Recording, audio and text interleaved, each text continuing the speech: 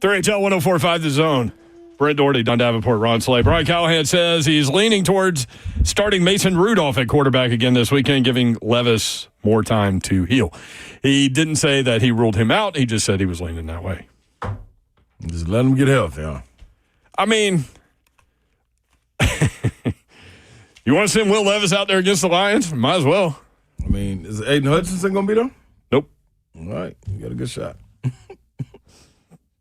Oh, yeah. Great shot. Optimistic, man. I'm going to be optimistic. That is very optimistic. Titans might get them. Let me see what the spread is. Double-digit point spreads in the NFL are few and far between, and there is one in this one. I don't think I can afford to take the Titans this week. You're not going to Titans money line this one? You can make a lot of money if they pull that one off. This one's going to be a tough one. This is going to be a tough one. What would it be if you put $100 on the Titans money line right now? Let me go see. Because it's bouncing back and forth between 10.5 and 11. It really didn't move the number with the Ernest Jones and DeAndre Hopkins trades. Mm. And obviously Mason Rudolph looks like he's going to play quarterback Sunday. I'll tell you here shortly. Shorty doo-wop. Are you betting NBA games yet, or are you going to let them play a little bit? I'll prop bet them. I might prop bet them tonight. Well, after tonight. Because I'm riding with put everything on Kennesaw State tonight. So, which sounds really funny when you consider Kennesaw State has not won a game and they're playing Liberty. And the spread was what? 25 and a half? Yeah. But they're at home. To 27. Oh, you did? No, it did. Oh, it did. Yeah, no, not me. So on FanDuel, Titans money line is plus 460 right now. So $100 will get you $460. Yeah, it's pretty good. That sounds like a Slay kind of bet to me. Yeah, that money line that's a little steep. Jerome Baker, by the way, comes over in that Ernest Jones trade. He is 6'2", 232, 27 years old, inside linebacker. Third-round pick out of Ohio State in 2018. Played with the Dolphins for 6 seasons. Seahawks this year. He's averaging 7.4 tackles per game this year. Also has a sack.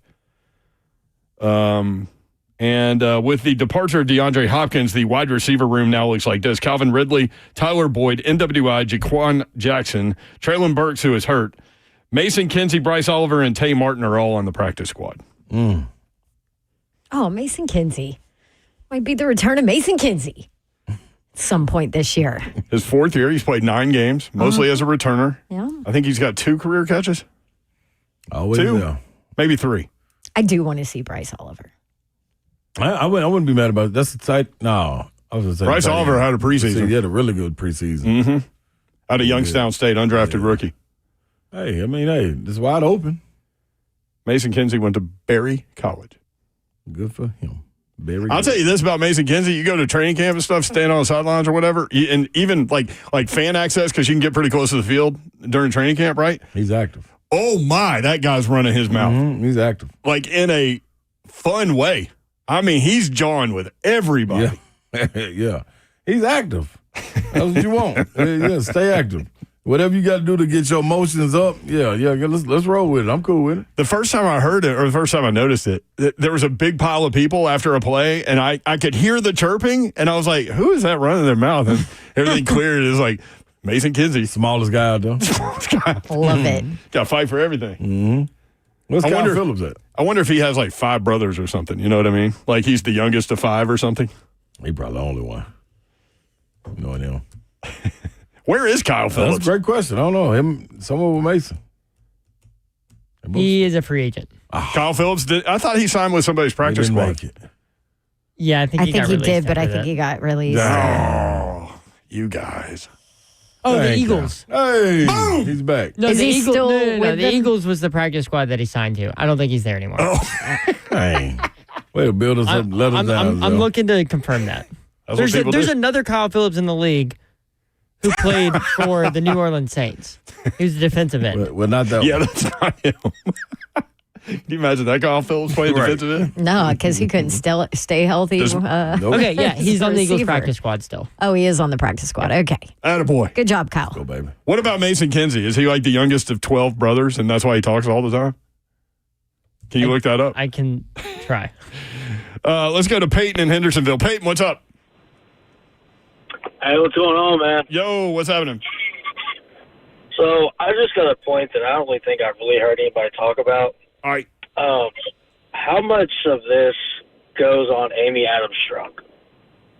Because she ultimately is the one who hired moved Chad Brinker, hired Rand Carthon. Vrabel wanted personnel decisions. She said, "No, you're gone." Now we have up until today, we had a lot of talent on this roster, and if it was just a quarterback thing, we've seen Mason Rudolph come in and win the Steelers some games. So yeah, he did not play very well against Buffalo, but yes. Well, no, but I don't think that Brian Callahan's that good. Obviously Will Levis is not, but just to go back on like the series of choices that she's made, she let John Robinson stay as a GM role far too long. It wasn't until A.J. Brown was whipping us in the end zone and Philly fans were giving her the double bird for her to realize, okay, maybe this guy needs to go, when you could have clearly seen that he couldn't hit a draft pick to save his life. Well, there was a lot going on with regard to who was selecting draft picks back then, and thank you, Peyton. I appreciate. I really don't want to go back into all that. There's nothing you can do about it. I think Slay should respond. Yeah, Slay, you got this? How much of this is on Amy Adams Strunk? Hey, man. You know what, Baz? I don't really know, man. This is like y'all done threw me for a loop out here. I like what is on her for hiring a new regime and the new regime hiring a new head coach? Like, what is on her exactly? You know what I was thinking about during the Buffalo game? I was thinking everybody was all over Will Levis, right? Until Mason Rudolph goes in there and they get hammered 34-10. And I'm like, okay, now the guy that wanted Mason Rudolph is going to turn right to Brian Callahan. But some people are going beyond Brian Callahan and going beyond Rand Carthon. And going to Rand Carthon. And some people are going beyond Brian Callahan and Rand Carthon to Amy Adams Strunk. And Chad Brinker. Yeah, Brinker. Like, going past, like, what we go? What's our other? What's here? Burke, we're gonna ask for Burke Nihill to be gone too in a minute. Like, I mean, like what? Like, no, not me. I love that guy. I mean, what? I don't know, man. Like, what? I don't even know really what we talking about no more. I mean, at the end of the day, eventually, maybe you can put something on Amy Adams Strunk for her decision making and hiring, but right now. Do we You're understand gonna go the straight hole that we were in? No, this is the problem. And you know what? Maybe part of this is our fault because we actually thought that Will Levis would show those flashes that we saw from him last year and make them better this year and be the guy. Yeah. Or maybe we thought way too highly of Bill Callahan's ability to do something with nothing. I think they're better on the now, right side of the line. except for right tackle. Yeah. Right, and it's a big problem. It's a big problem, but they're better now up front offensively. But here's the question. What is Amy Adams Strunk supposed to do right now, 6 games into Brian Callahan? Sell the team. That's what I've been hearing. Like, I don't know. She ain't doing that. That's what I'm saying. I tell you that right now. That's not even a thought anyway. Like, we're in a hole. Like, yes, I agree totally with Babsy. Like, you think about the pieces that got put around this team in order to go compete. Not go win a Super Bowl, but just compete from where you left it off last year. You had pieces, and it shows. You have a number one team in the defensive category. Your team is number one. That defensive unit. All right, cool. You thought you were going to be able to see some more of those flashes. We've seen none of those flashes at the quarterback spot. No. We had no one to block for him except on one side of the offensive line. The right tackle has literally been a problem. Yeah. Literally, a guy was going, not with no moves, really pushing the lineman back. Whoever was at tackle, NPL, anybody, pushing him back into the quarterback. Like, what we talk? You got weapons outside. It was supposed to work. Good. It didn't work. All right, cool. You Defense is better. Yes. Like, but you go back up, you gonna climb the ladder. Rapunzel, get out the.